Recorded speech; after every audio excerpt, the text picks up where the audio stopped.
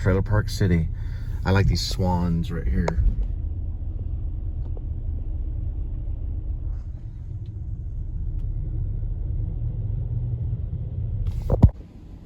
Looks like the outside of a set of a Rebecca Gilman's Glory of Living play. I don't know if it's them or not. I like the plants right back there. A kitty cat. The kitty cat, right? No, he's right there.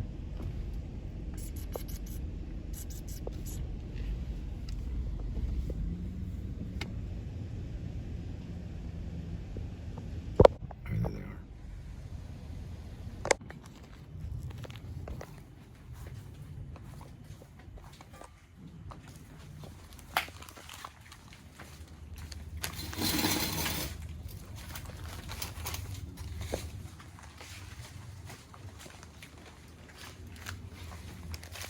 So I talked to this guy who started his own rideshare company, because anybody can start their own rideshare company. Uber did it, Lyft has done it.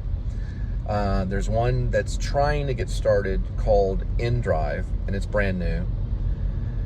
But you would probably want to go to your local courthouse and say, well, what do I need for a soliciting license for rideshare? And they would walk you through the amounts. Now, if they say something about a cabbie license, you want to say, no, I'm not talking about a taxi cab or a cabbie license, which is like $75.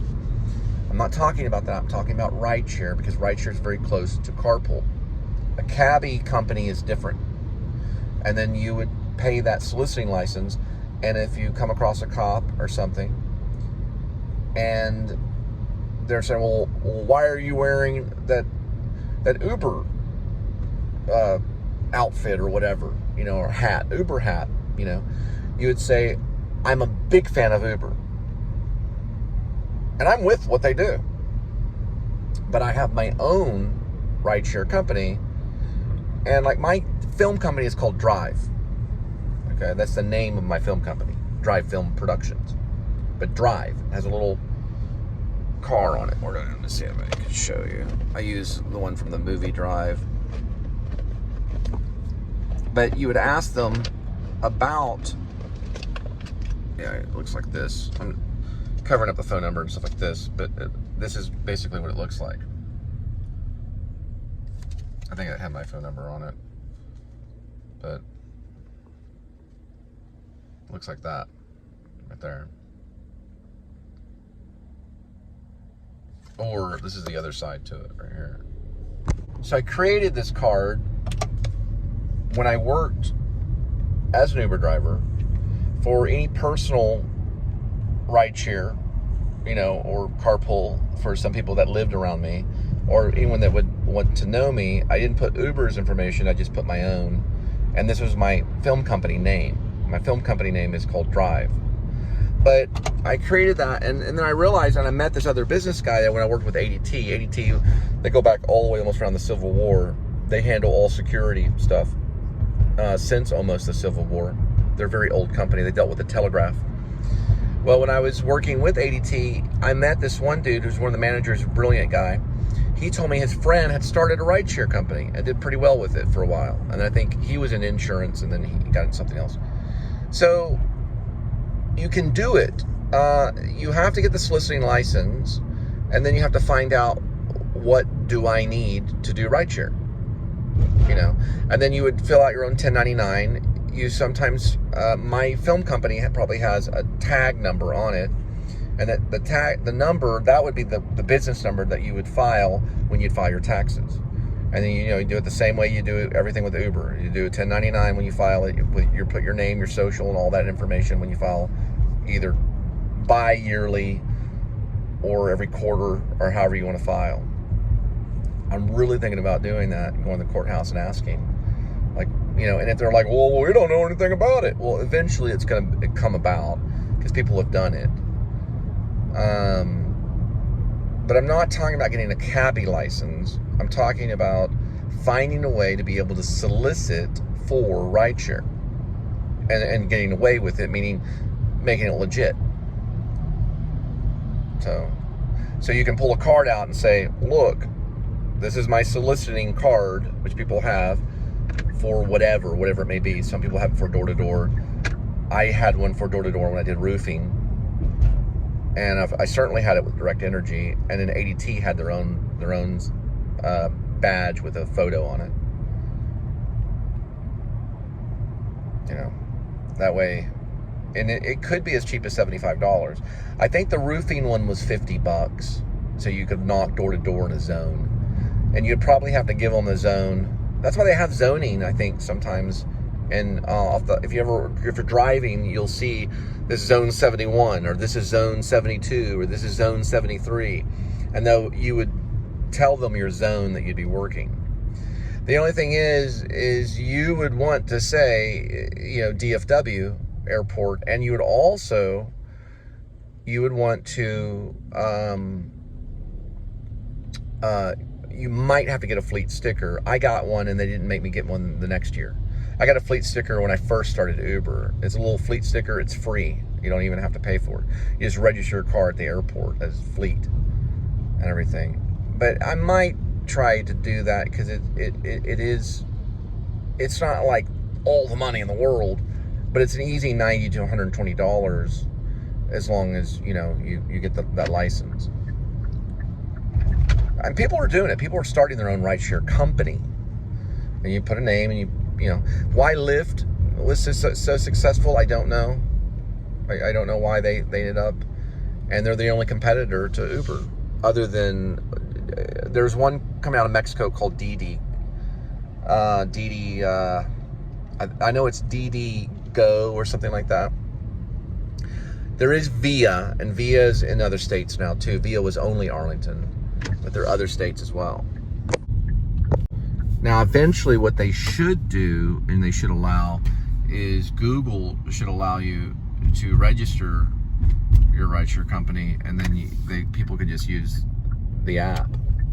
So your app would have rideshare on it, and anybody that's registered within the company of like Google or Waze or any of those. Waze already does it. Waze does carpool. You can get paid. They send me emails all the time to register my payment information for Waze. You can do it all the time. You can work for Waze, and you don't really have to solicit. They have their own chat line and everything on there. It's a pretty nice end table.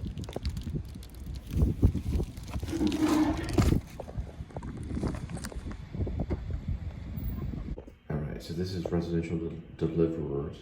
You want to ring the apartment above the name. Got it. Okay. Which one am I going to read? Which one am I going to read?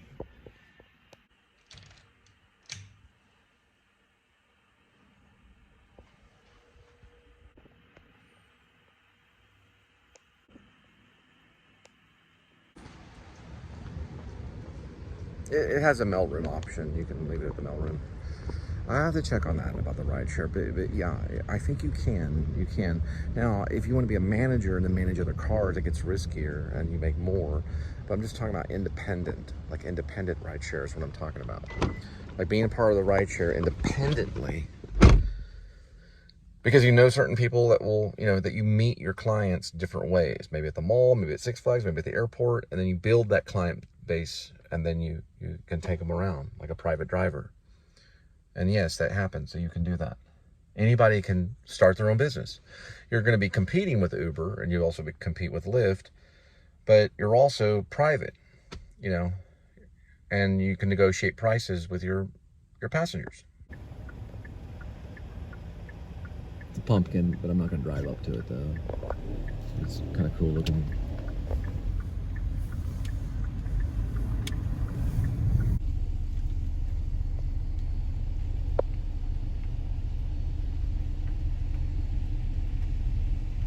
Note to Roadie, don't go by the address that Google gives you. Sometimes they're a couple off. Go by what's on the app, please.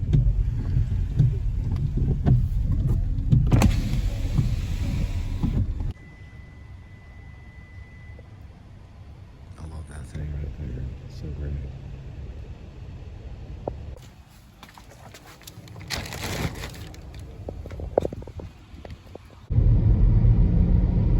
All right, this will be the last one, and we'll go back and see Kitty and Linda.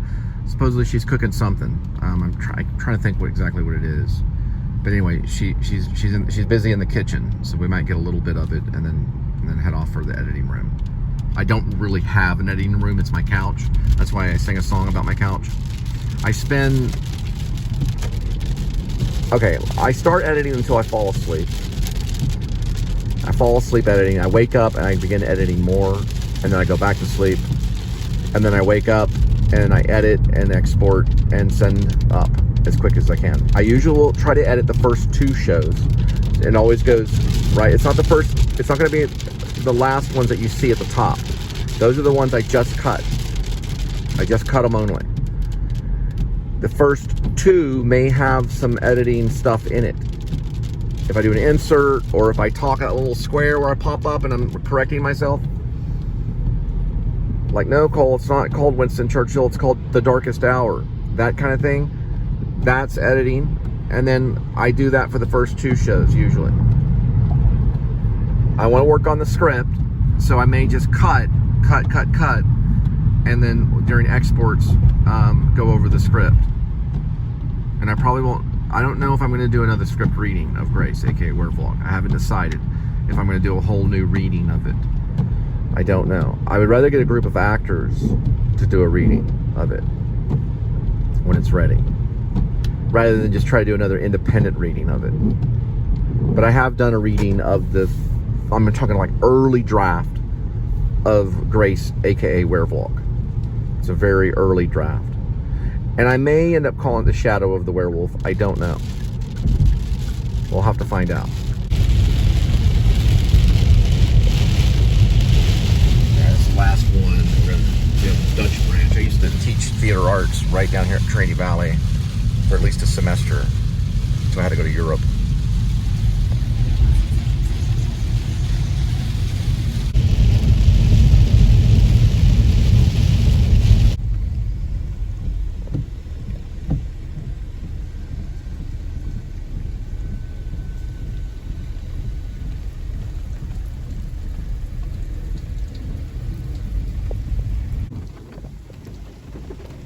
Creepy spider.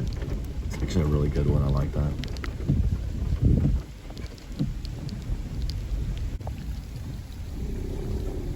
Alright, we get to go home after this. It's actually a really good evening. I really enjoyed it today. Give a big thumbs up to Roadie. Take some time to get used to it. I'm predicting maybe we can get this stuff up to $90 a day, maybe.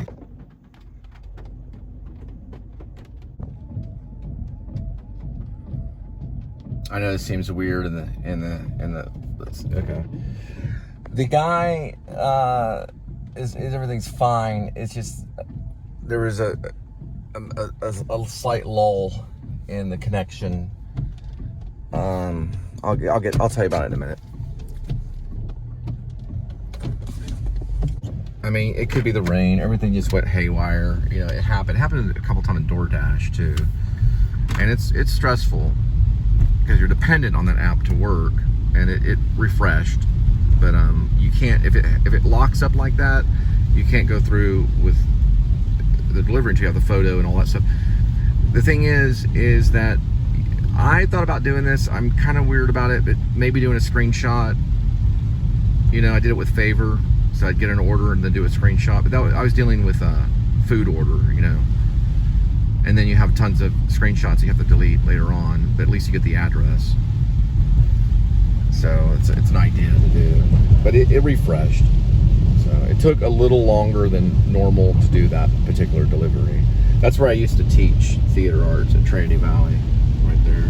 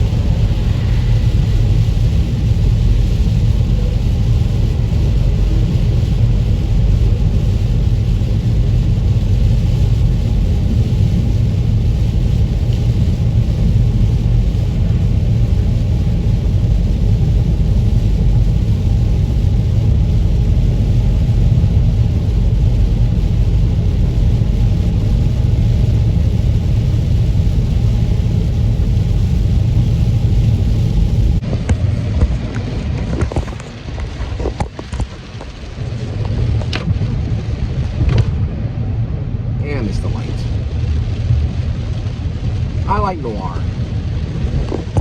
Noir filmmaking. I'm trying to find a new shot. Look straight down this way. But if you're going to be an independent filmmaker, what I would do personally is I would study mime. You'll isolate parts of your body. You'll be a better vlogger. You can do pan shots that maybe are better. Things like that. Looks like all these lights are out right here. Plus, mime, as in pantomime or mime, teaches sequencing. It's the best thing for filmmaking. Sequencing, you learn it in the body, and to tell a story eventually. But A.D.W.C will teach you to isolate parts of the body so that you can even do this stuff. What do they in the filmmaking, they call it a robotic arm. They use one of those for holding the camera. I'd also study English and then writing, things like that. And if you want to study filmmaking, you get like technical stuff. They'll tell you to watch other films, but you don't have to have it. But do audit a class at NYU filmmaking. Go to the filmmaking department, audit a class. One class may be all you need. 3-point lighting is what I got. It was audited one class of 3-point lighting. But I was watching their work, so I watched. It was a lesson to be learned in filmmaking because the assignment was to make a movie. Okay, a short movie, like no more than I think like no more than like 3 or 4 minutes. Okay, it was a very short little clip. You make a little film clip implementing 3-point lighting, and only 2 or 3 of the students got it. They were all trying to tell a story, and the film professor, who was a Polish guy, he wasn't even a fan of Schindler's List. Okay, this guy was very critical. Was like, all we're doing, he wasn't really mean, but he was like, all we're doing is focusing on 3-point lighting. What is 3-point lighting? It's to get rid of the shadows. Yep, light's coming from 3 points will get rid of the shadow. And some of the filmmakers had shadows all in their, the other ones were like, it was like, no, that's not what I want. But it was only one filmmaker out of the whole class, got it right. There's it was a little film with these 2 people up against the wall. They had an end table, or a table you would eat on against the wall, and he used 3 points light to get rid of the shadows. And that's what the professor wanted, and none of them did it. They were all trying, every time they had the camera, they were all trying to make a movie, even in 3 or 4 minutes, as much as they could. And they would, a lot of them had shadows in it. Almost all of them. They had these long shadows. There was one about this guy. Actually, they were little good short films. I liked them. One was about this dead guy, and the people were coming in and stealing his belongings. And he commented on each one of the films. He did appreciate them. But he was like, you had shadows everywhere. But I guess the idea was that they weren't using 3 points of light, or they wouldn't be able to create shadow. You get my point?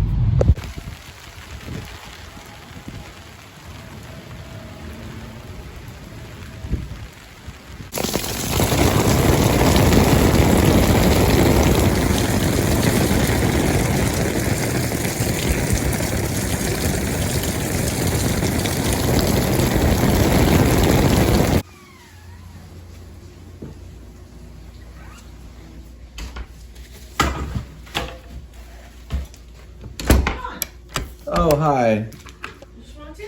Yeah, okay, where's Kitty? Did you feed him? A few times. Super. Did you feed him? Yes, I did. All right, we're gonna edit. So Linda went to her car to fetch her apple juice, and I thought I would kind of show this. So that's cool. So 3-point lighting, I was talking about that for filmmaking, right? Here's one source of light. There's another source of light. And then here's a third source of light. Shadows start to go away. Look at the cat. Not as much. You see how the shadow's fading? That's because that light's weak. Here, kitty, watch out. See how the light from, okay. So if you had 3 points of light, I learned this at NYU for filmmaking for, I audited one class. So you have a light from there, a light from here, and maybe a light from over here. A lot of the shadows will start to go away. And it's clearer, the room looks clearer. And that was the assignment, and no one followed it but one filmmaker out of like 5 or 6. So if we sat through this film that was about, you know, this or whatever, and he's, no, that's not 3-point lighting. What is it about? You did too many shadows. And the next guy, what was it about? You know, same thing, too many shadows. And the next guy, too many shadows. Next guy, well, that was outdoor lighting, and it was in slow-mo. We're not doing slow-mo, we're doing 3-point lighting, but that's okay. And it was about a lily plant that was a Greek god or a lady that turned into a flower or something, or a man that turned into a flower or something. I don't know. I don't know the Greek mythology, but he was like an English major or something. And this one guy does this one about a coffee shop where they're against the wall and there's this table.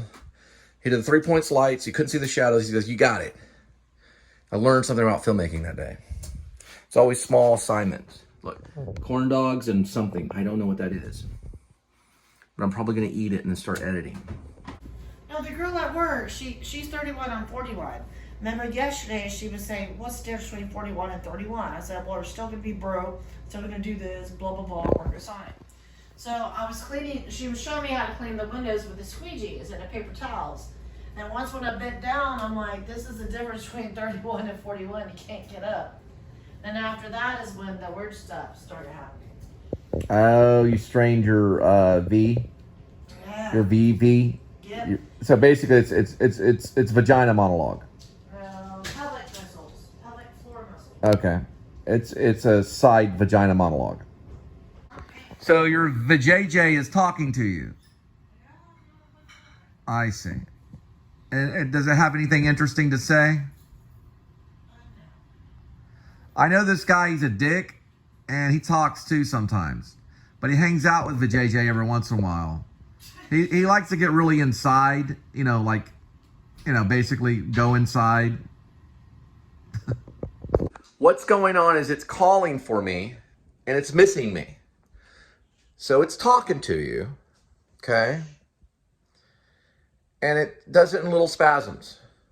Now, I've seen gynecologists do these kinds of things. When my second wife, when she had 3 babies, not all at once. Shut up and listen to it. The camera could go 2 different ways. What Hang the on. fuck are you doing? I'm vlogging me.